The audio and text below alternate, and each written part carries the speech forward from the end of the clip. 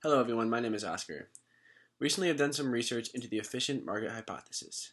The idea behind the efficient market hypothesis is that you cannot beat the market. In order to beat the market, an investment needs to have a greater return than the market, which is usually represented by the S&P 500. I use this theory to test whether or not the Dogs of the Dow strategy works. The Dogs of the Dow are an investment strategy that involves and combines the 10 highest yielding stocks within the Dow Jones Industrial Average. Because the Dogs of the Dow are taken from the Dow Jones Industrial Average, I thought I would compare the two to see which had a higher average return on investment. Using Yahoo Finance, I gathered the adjusted closing prices for April 1st of each year. This way I have recent data and I could avoid dependent variables such as the January effect. With Excel, I found the change in the annual rate of return by subtracting the previous closing prices and dividing by the previous year's return. Once I found the return on investments for each year, I averaged them for comparison. The Dow Jones Industrial Average ended up having an average return of about 7.3%, and the Dogs of the Dow returned an average of about 11.3%.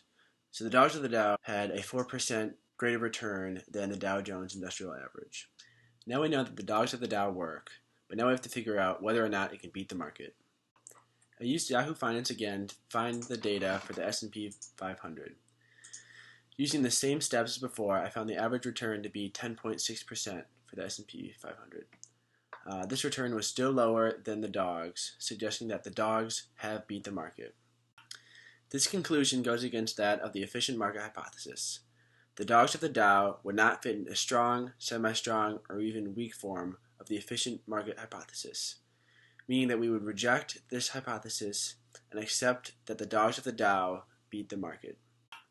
This conclusion also goes against an article titled "The Rise and Fall of the Dogs of the Dow." They found that high-yielding stocks underperformed before the formation of the Dogs of the Dow and outperformed after formation. In the end, they found that the Dogs of the Dow did not have an advantage over the industrial average.